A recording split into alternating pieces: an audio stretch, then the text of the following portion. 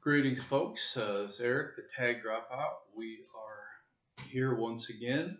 Um, if you've been watching any of the previous videos, you'll notice the background may look a little bit different. I'll talk about that in a minute briefly, but today is September 9th, 2024, and it's been 3 weeks. We've been on carnivore, and a lot of stuff is happening this week. Oh my goodness. My wife bought me an amp, a guitar amp, for my birthday, and that's going to be coming sometime, possibly today, tomorrow, or Wednesday. Now, Wednesday is my birthday. I will be 49, right? And because I was born September 11th in 1975. So, and next year, around this time, I will be 50, which is going to be interesting because 50 is Jubilee in Hebrew.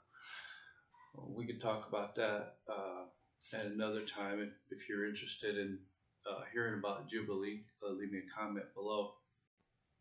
But got lots of stuff coming this week. We took all our money and paid for my mom to get a bus ticket to come down here because she doesn't know it. But when she gets here, we're going to make her an offer she can't refuse. And I can talk about that later also. But yeah, this weekend I just had this bug, and I just, it's Monday right now. Monday morning, 4:45 a.m. in the morning. And I just had this bug to clean, to declutter. Mostly you guys, doing these videos for you guys helped me see how cluttered and nonsensical my background was. So I did some decluttering. See, I got a pillow on the floor. That doesn't need to be on the floor, but in fact, that should be in my chair. Grab that. And this is a bucket cat litter bucket I was putting garbage in. I'm going to put it over here so it's out of the screen. And then, now that looks even better. So I talked about in the previous video these things here. Now, normally I don't make videos on the weekend, but this weekend I was inspired to make a couple videos, and I'll maybe I'll link those. I don't know how to do that yet, but I did discover some things about YouTube being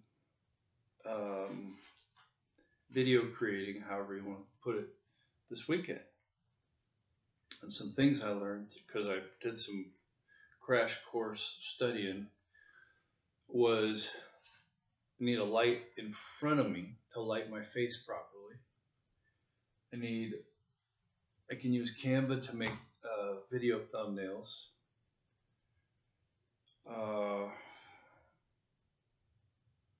What else?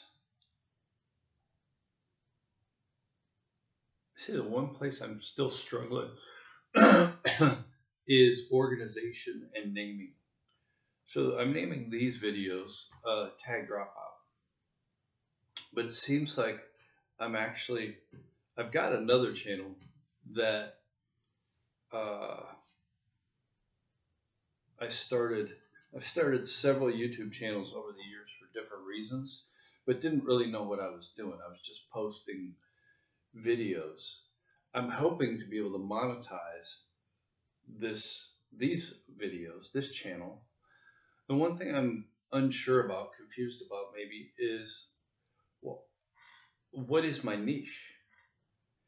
Basically, I'm sitting here talking to you, telling you about my life story and the things that I've learned, and it's basically, I don't know, would you call it like a wisdom niche? I don't know if that's even a thing. So I'm what you call a polymath. there's lots of people who are good at one or two things, but I'm good at a lot of things, and I have a lot of interests and desires. Who would be somebody you would be familiar with? Oh, Da Vinci, right? Leonardo da Vinci, the famous architect, artist, etc. Basically, he studied all kinds of stuff to do with art and engineering, and he just naturally was good at that stuff. How do I know that? Because even though he studied for years, it takes natural talent and desire to be able to want to do that stuff. There's lots of people who can't do what I do, even if they thought it would make them money. Oh, so like, I've got so many interests, and then what do I do with this channel? Well, I was thinking about it and thinking about it. Really, the purpose of this channel is just to talk about where I came from and how I'm making this book. And the whole book is about where I came from, who I am. Essentially, it's a memoir. So this channel is kind of like a video log, a vlog, if you will, of me talking about my life and my remembrances and stuff like that. So I hope that makes sense. I don't know. There's probably others doing that, but I don't watch them. I don't know who they are. I wouldn't know what they're called. What I do watch is YouTube's on financial success and stuff like that. Now I don't watch a whole lot of that stuff, but like I said before, I found this guy Myron Golden, and then we found these young folks who mentioned Myron Golden, and they're homesteading, and that's like a connection between us because we're homesteading after having lived in the city all our lives. And let's see, two Promise View Acres. That's what they're called. Yeah, Promise View Acres, and they're two black kids, and I say kids. That's because I'm almost 50, but they're in their 30s or something. And they're successful in their own right. They've got jobs and they've graduated college and they've been in sports and been, sports stars and this kind of stuff. But they're trusting God for everything they're doing with the what's it called? With their homestead. They got 20 acres that I believe they paid for it in cash and did not end up having to take out a loan or anything. And then they got the free high tunnel from the government high tunnel program. Free, but they had to put in sweat equity. And they had to get their own people to come and help assemble it. We were talking about seeing if we can get involved in that program. The challenge is right now we don't have anybody that we know for sure would come out and help. The people that we know can help, they're involved in a different project that's taking their extra time on the weekend, helping to put together Sister Evette's house. Now, Sister Evette, she's a real cool lady. She's just the nicest lady, and she'll do anything for you, and she's so kind. And everybody, our pastor, Papa Harvey, he said, let's go ahead. Why don't we rebuild her house for her, basically? And this was like a year ago, maybe a year and a half ago. I don't know. I was not actually at the church at this time. I had left this church and was attending a different church. But around February, March. No, it must have been March because it was Easter was around the time that I came back to St. Elizabeth. But yeah, the end of February, Holy Spirit told me, or the Lord told me that it was time to leave the church that He had me at and go to St. Elizabeth again. So I went, and everything just fell into place. It's when you're obedient to the Lord. Thank you, Jesus. When you're obedient to the Lord, everything just kind of falls in place. Now, you've got work to do because you're a soldier in the army of the Lord. That's how it is. But His burden is light. His yoke is easy and His burden is light. He carries most of it for you. You just got to do a little bit. And the little bit I had to do in this case was go to St. Elizabeth and leave the other church I was at. So there's that.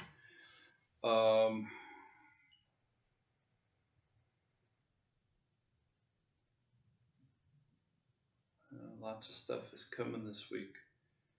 Oh, we're getting more electrolytes. Man, my wife had me try the Dr. Berg doing one a day, and just the regular, not the sport electrolyte. And that is, it's good. And I can do one a day,